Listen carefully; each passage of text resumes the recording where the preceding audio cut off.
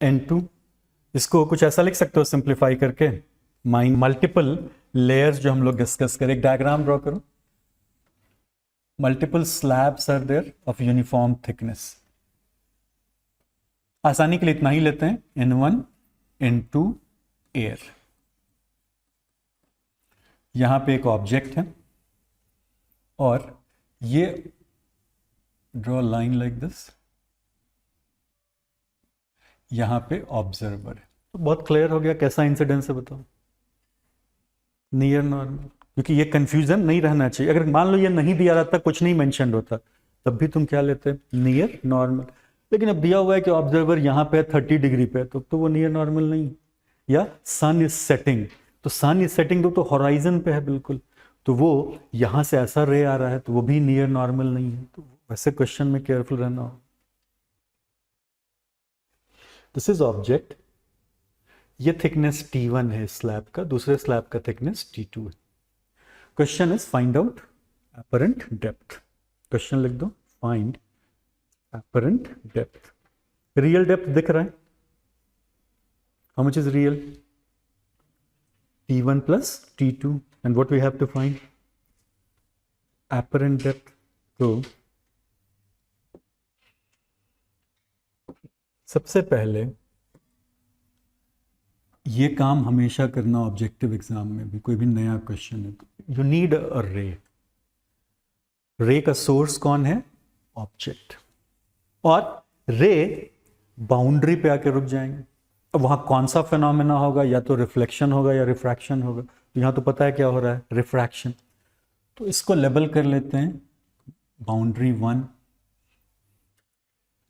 समझने के लिए पूरे डिटेल में हम सॉल्यूशन बता रहे हैं। For refraction at first surface, for refraction at first surface, है ना। कौन सा फॉर्मूला यूज करोगे, ये लिख लेते हैं, N2 by V minus N1 by U is equal to 0। ये क्यों यूज किए, प्लेन सरफेस है और कैसा इंसिडेंस है, नियर नॉर्मल, तो ये करेक्ट है। नाउ तुरंत ओरिजिन और पॉजिटिव, ये मेरा ओरिजिन है और ये पॉजिटिव डायरेक्शन। अब हमको चाहिए N1 N2 U and V। जहां तक U का सवाल है, U इज T1 या माइनस T1, माइनस T1। क्यों, दो चीज होगा, मार्क माई वर्ड्स। एक, डिस्टेंस हमेशा पॉजिटिव लेंगे और फिर साइन, हमेशा ऐसे सोचना, एक डिस्टेंस, ऑब्जेक्ट डिस्टेंस, और दूसरा साइन। तो डिस्टेंस कभी नेगेटिव नहीं होता है। तो ये डिस्टेंस ओरिजिन से कितने डिस्टेंस पे है तुम्हारा ऑब्जेक्ट, T1। जब साइन की बात आएगी तो क्या होगा, तुम किस डायरेक्शन में मेजर कर रहे हो, इन डायरेक्शन ऑफ इंसिडेंट रे या ऑपोजिट, तो क्या साइन होगा, माइनस। हम हमेशा ऐसा प्रेफर करते हैं कि अलग अलग लिखें, माइनस साइन और फिर क्यों, वो तुरंत क्लियर हो जाएगा। वी तो हमको निकालना है। अब सवाल है कि N1 कितना है और N2 कितना है, ये बताओ कितना है N1। तो N1 यहां कितना है, N1 इज N1, वाई, चलो कोई कारण नहीं है, ऐसे ही लिख लेते हैं N1 और N2। ये तो ऑब्वियस है, यू विल से, तो ऑब्वियस है N1 एंड N2। देखते हैं, पुट करो जल्दी से वैल्यू और V बताओ कितना आया। इक्वेशन 1 में वैल्यू पुट करो and tell me how much is V equal to. Value substitute कर दो और बताओ V कितना आता है, हाउ मच इज V।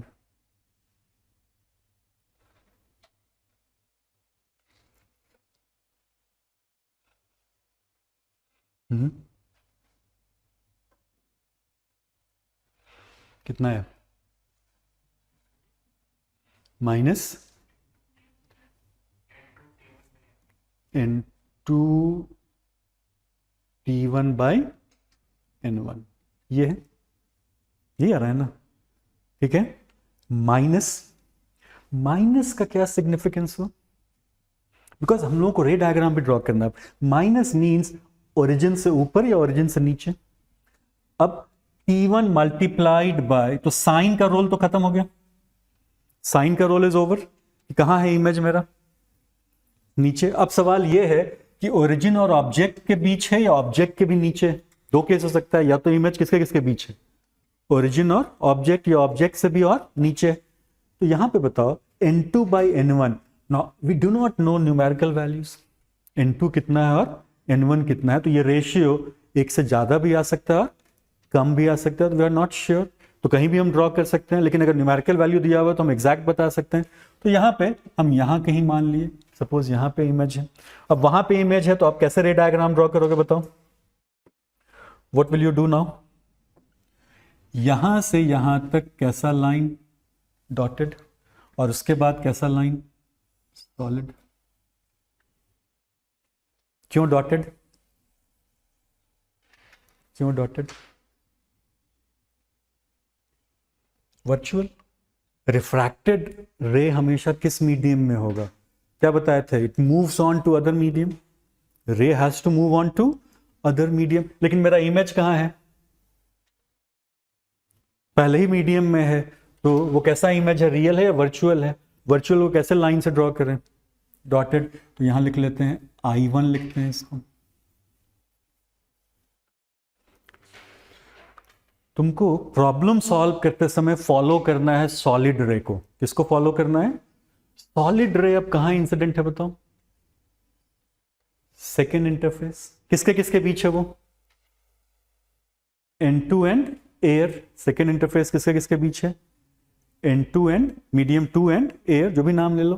तो next right, for refraction at second boundary. Surface से बेटर वर्ड हो जाएगा, for refraction at second boundary.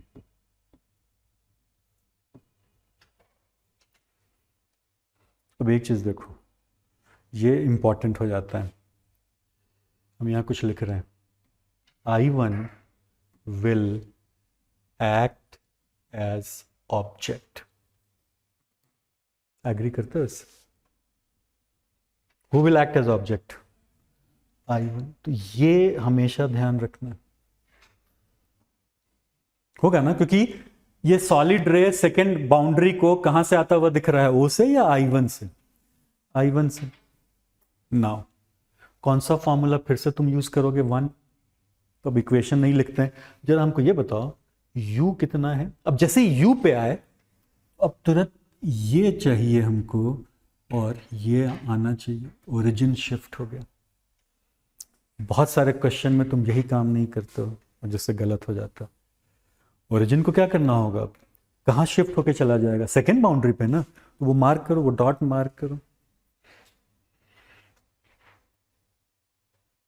इसलिए देखो, ज्योमेट्रिकल ऑप्टिक्स का क्वेश्चन एक दो तो आता ही है, उससे ज्यादा नहीं आता। थोड़ा आसान होता है ये क्वेश्चन, लेकिन हम लोग तुम क्या कोशिश करते हो ना कि ज्योमेट्रिकल ऑप्टिक्स में सीधा फॉर्मूला पता है, उसी से सॉल्व करना शुरू कर दी। बिना रे डायग्राम के अगर फॉर्मूला यूज करोगे तो you are inviting trouble. Simple question है तो कोई बात नहीं है, थोड़ा सा भी ट्विस्ट है अगर कुछ भी, यू विल मेक मिस्टेक। तो कभी भी सॉल्व कर रहे हो तो रफ में क्या ड्रॉ करेंगे ही करेंगे, रे डायग्राम। उससे बहुत टाइम नहीं लगता है। जैसे मैकेनिक्स में, बेसिक डायनेमिक्स में फ्री बॉडी डायग्राम कर ड्रॉ करना मस्ट है, वैसे ही ऑप्टिक्स में क्या मस्ट है? रे डायग्राम, है ना। इसका इंपॉर्टेंस तुम इससे भी समझ सकते हो, जब जेई एडवांस जो मतलब बहुत डिफिकल्ट एग्जाम माना जाता है तुम्हारे लेवल पे इंडिया में, तो बहुत पहले जब वो सब्जेक्टिव होता था ना, तो 2 क्वेश्चन जरूर होता था जेई में, उसमें जेई कहलाता था जब हम लोग पढ़ते थे। 2 क्वेश्चन जरूर होता था। एक, draw free body diagram. Subjective है तो बहुत सारा पार्ट होता था क्वेश्चन में, तो part A, part B, part C की किसी में टेंशन निकालना है, एक्सेलरेशन निकालना है, लेकिन पहला पार्ट क्या है? Draw free body diagram. वो 2 मार्क्स कैरी करता था। दूसरा, रे ऑप्टिक्स में एक पार्ट जरूर होता था, ड्रॉ रे डायग्राम। ये इनवेरिएबली क्वेश्चन आना ही, मतलब इनका इंपॉर्टेंट कॉन्सेप्ट है। वहां फ्री बॉडी डायग्राम और रे ऑप्टिक्स के लिए रे डायग्राम। अब ऑब्जेक्टिव एग्जाम में रे डायग्राम ड्रॉ करना नहीं आ सकता है, लेकिन ये हमेशा पॉसिबल है कि 4 ऑप्शन दिया होगा रे डायग्राम ड्रॉ करके, which one is correct one. अब तुम ड्रॉ नहीं करते हो तो पता ही नहीं होता है कहां सॉलिड लाइन लेना है, कहां डॉटेड लाइन लेना है। वो सब में क्लैरिटी चाहिए। ठीक है, तो रे डायग्राम ड्रॉ करना अगर थोड़ा भी नैक है तो तुम बहुत सारा क्वेश्चन बना लोगे। अब यू का मतलब है ऑब्जेक्ट डिस्टेंस जो हमेशा पॉजिटिव होता है, तो हम यहां से यहां का डिस्टेंस मेजर करेंगे। तो हमको यहां से यहां का डिस्टेंस पता है नहीं, जो तुम निकाले थे कितना था वो n2 बाई n1 t1। ये नहीं कि वहां माइनस साइन में ले लेंगे, माइनस साइन का क्या रोल था, ओरिजिन के नीचे था।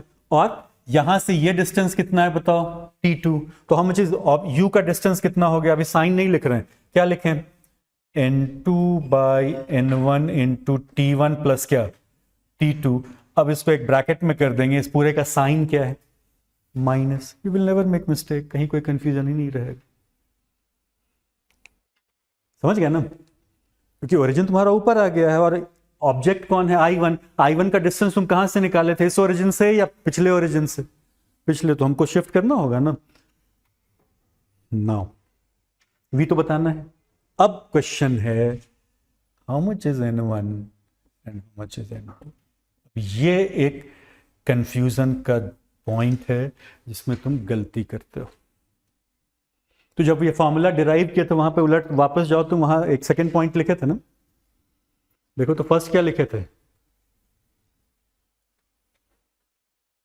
उस डेरिवेशन में, इस इक्वेशन के लिए पहला पॉइंट क्या था, कैसा इंसिडेंस, नियर नॉर्मल। दूसरा कुछ नहीं लिखे थे। दूसरा पॉइंट है यहां पे लिख दे रहे हैं, n1 क्या है और n2 क्या है, जरा हमको समझा दो। n1 से क्या मीन करते हो, पिछले क्वेश्चन में तुमको ऑब्वियस लगा था वो, n1 क्या है और n2 क्या है, what is n1 and n2, what is n1 and n2।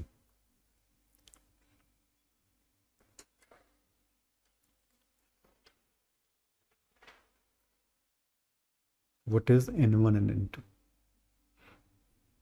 यहां चेक करते हैं, चलो इसी क्वेश्चन में ही देखते हैं।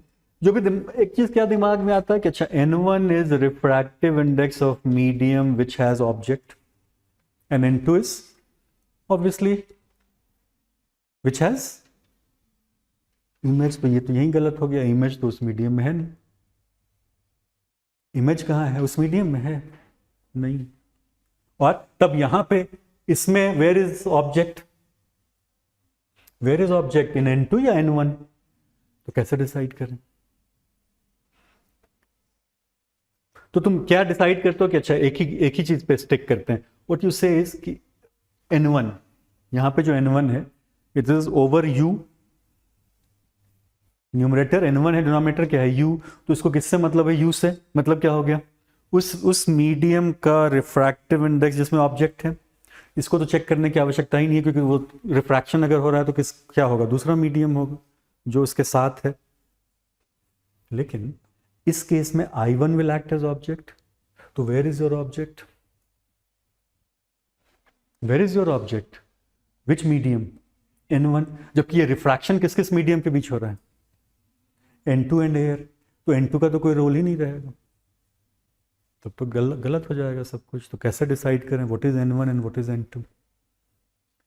प्रॉब्लम समझ में आया, किसको डिसाइड करना, फिर से उस चीज को समझो पहले, n1 और n2। जनरली क्या लगता है, इस पर हम लोग बहुत ध्यान नहीं देते हैं, क्या लगता है इस फॉर्मूला से कि n1 किसका रिफ्रैक्टिव इंडेक्स है, जहां कौन है ऑब्जेक्ट, और n2 में तो कोई इशू है ही नहीं, वो किसका होगा, दूसरे मीडियम का होगा, क्योंकि रिफ्रैक्शन हो रहा है। लेकिन जब मल्टीपल लेयर्स है तो i1 will act as object. Now where is this object, किस मीडियम में दिख रहा है, 1 में। तो क्या लिखें हम, n1 क्या लिखें और n2 क्या लिखें। तो n2 तो एयर लिख देंगे, लेकिन n1 बहुत सही नहीं लगता है, क्योंकि ये रिफ्रैक्शन हो किसके किसके बीच रहा है। तो क्या सही तरीका है, ऐसा लिखो, n1 is refractive index of medium which contains incident ray, which contains incident ray near boundary। बिल्कुल क्लियर हो गया सब कुछ। देखो, हमको ऑब्जेक्ट को देखना ही नहीं है, किसको देखना है, इंसिडेंट रे को, और वो भी कहां पे देखना, पूरे इंसिडेंट रे को देखना है या जिस बाउंड्री पे रिफ्रैक्शन हो रहा है वहां देखना है, बाउंड्री। और what will be N2? Refractive index of medium which contains refracted रे। वो भी कहां देखना है, नियर डिफरेंट बाउंड्री या सेम बाउंड्री, नियर बाउंड्री। क्या वो N1? रिफ्रैक्टिव इंडेक्स ऑफ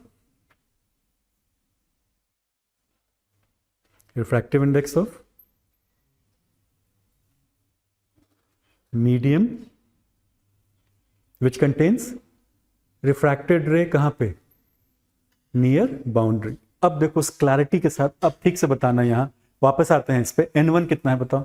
तो N1 के लिए, इसलिए हम तुमको ये सजेस्ट कर रहे थे कि ऐसा लिखना जो है ना सीखने के लिए बेटर होता है। अब सारा फोकस तुम्हारा किस पे होगा, सेकेंड बाउंड्री। सेकेंड बाउंड्री को देख रहे हो तो ये इंसिडेंट रे है, नियर बाउंड्री किस मीडियम में। So how much is N1 equal to N2, no confusion whatsoever. And no need to draw that ray. Refraction अगर है तो रिफ्रैक्टेड रे को किधर होना हो, दूसरे मीडियम, अनडाउट, बिना किसी कंफ्यूजन के। तो how much is N2? 1। N2 is equal to, air का 1 लेंगे ना, पुट करो वैल्यू फॉर्मूला में, U V का N1 N2 का। खुद से आंसर बताओ क्या आता है, खुद से चेक करो व्हाट आंसर यू गेट। क्या आंसर आता है बताओ।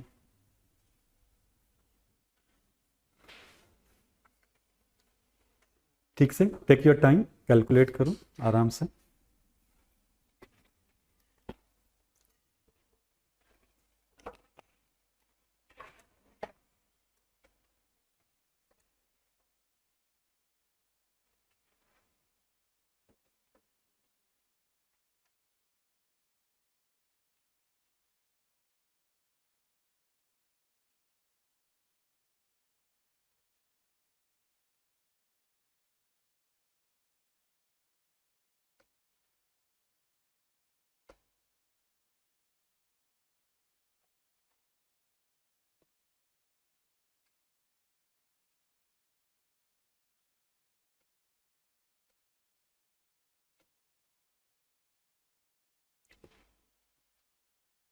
कितना आया?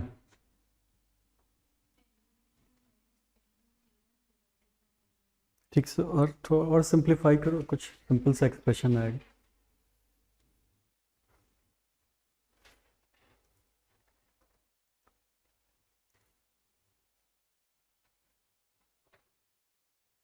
N2 is how much? 1 है ना, N2 इज 1, तो 1 बाई V प्लस N2 था ना, N2 बाई U ना, N2 बाई,